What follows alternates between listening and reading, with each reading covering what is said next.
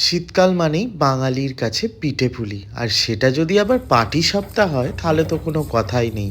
আবার সেই পাটিসাপটা যদি পুরোনো দিনের রেসিপি হয়, দিদিমা ঠাকুমাদের জামানার, তাহলে তো আরও কোনো কথাই নেই। তো আপনারা অনেকেই পাটিসাপটা খেয়েছেন, কিন্তু মনে হয় এই প্রথম আপনারা এই রকম পাটিসাপটার রেসিপি দেখতে চলেছেন, যেটা একদমই পুরোনো দিনের পাটিসাপটার রেসিপি। তো চলুন শুরু করা যাক আজকের রেসিপি। সাথে থাকুন, দেখতে থাকুন পুরো রেসিপি। তো প্রথমেই যেটা করতে হবে, আমি এখানে 1 কেজি পরিমাণ ডাল ভালো করে জলে ভিজিয়ে নিচ্ছি। এটা হচ্ছে মুগের ডাল। আর কিন্তু এখানে কোনো কিছু ভেজাবো না। মুগের ডালটাকে ভালো করে ধুয়ে পরিষ্কার করে নিয়ে বারবার ধুতে হবে ডালটা, যাতে এর সাদা ভাবটা চলে যায়। দিয়ে এটাকে জাস্ট ভিজিয়ে রাখতে হবে 8 থেকে 9 ঘন্টা। 8-9 ঘন্টা পর ডালটা ওদিকে ভিজছে, আর এদিকে যেটা করতে হবে প্রথমেই, সেটা হচ্ছে চিনির শিরাটা বানিয়ে নিতে হবে। আমি এই মেজারমেন্ট কাপটা নিয়ে নিয়েছি। শিরাটা কিন্তু একদমই পাতলা হবে। 10 কাপ জলে আমি এখানে 6 কাপের একটু বেশি চিনি ব্যবহার করেছি। বুঝতে পারছেন, শিরাটা কিন্তু খুবই হালকা হবে। শিরাটা বানাতে বানাতে এর মধ্যে আমি দিয়ে দিলাম 4টে এলাচ। এলাচের গন্ধটা হলে আরও ভালো হবে। এরপর ডালটা দেখতেই পাচ্ছেন ভিজে গেছে। ডালটাকে এবার কি করতে হবে, মিক্সিতে বেটে নিতে হবে। আপনারা যদি আবার শিলে বাটতে পারেন তাহলে তো কোনো কথাই নেই। আমাদের যেহেতু শিলটা একটু প্রবলেম হয়েছে, সেই জন্যে মিক্সিতেই বেটে নিচ্ছি। তো মিক্সিতে পুরো ডালটাকেই বেটে নিতে হবে। 1 কেজি ডাল, আমরা আবার একটু বেশি পিঠে খেতে ভালোবাসি, আর পাটিসাপটা আমাদের খুবই প্রিয়, সেই জন্যে একটু বেশি পরিমাণেই করতে হয়। এরপর বেটে নেওয়া ডালটার মধ্যে পরিমাণ মতন নুনটা দিয়ে, নুনটা খুব একটা বেশি দিতে হবে না, অল্প পরিমাণ একটু দিয়ে ভালো করে ডালটাকে কিন্তু এইভাবে ফেটিয়ে নিতে হবে। যত ভালো করে ফেটানো হবে তত কিন্তু জিনিসটা নরম হবে। সেই জন্যে ভালো করে পুরো জিনিসটাকে এইভাবে ওল ঢাল করে ডালটাকে ফেটিয়ে নিতে হবে। এর সাথে আরও একটা যেটা জিনিস লাগবে, সেটা হচ্ছে একটা বাটিতে নিয়ে নিচ্ছি আমি কিছুটা পরিমাণ সরষের তেল। আর বেগুনের বোটা লাগে, এটা তো জানেনই, ওই জন্য বেগুনের বোটাটা এখানে নিয়ে নিলাম। কোনো ব্রাশ আমি ব্যবহার করছি না। এখানে চিনির শিরাটা হয়েই গেছে, বুঝতে পারবেন। দেখুন একদম হালকা হবে যদিও, তাও দেখতে পাচ্ছেন যে চিনির শিরাটা কিন্তু হয়ে গেছে, একটা চিপচিপে ভাব এসে গেছে। এর সাথে আরও একটা জিনিস যেটা লাগবে, যে এখানে আমি একটু জল আর 2টো তালপাতা নিলাম। তালপাতা ছাড়া এটা চাড়ানো যাবে না।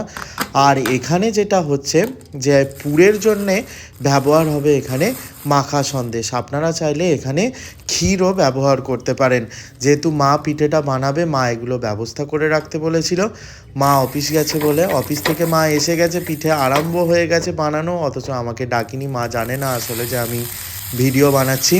যাই হোক, যা বানানো হয়েছে আমি আপনাদের সাথে শেয়ার করছি। এরপর কেমনভাবে বানাবেন, যে প্রথমে তাওয়াটাকে তাতিয়ে নিয়ে তার মধ্যে ওই বেগুনের বোঁটাটা দিয়ে সর্ষের তেল লাগিয়ে নিয়ে ফেটানো ডালটাকে দিয়ে এইভাবে সুন্দর করে গোল করে চাড়িয়ে দিতে হবে পুরো জিনিসটাকে ভালো করে চাড়িয়ে দিয়ে একটু তাতিয়ে নিতে হবে কিছুক্ষণ।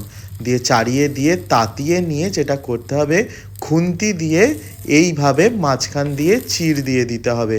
দিয়ে এরম পুরটাকে দিয়ে জাস্ট সুন্দর করে কিছুক্ষণ রেখে দিয়ে তারপরে আস্তে আস্তে পাটিসাপটার মতন এরকম উল্টে একটা যে আকার হয় পাটিসাপটার, সেই আকারটা নিয়ে চলে আসতে হবে। আমি আরও একটা দেখিয়ে দিচ্ছি।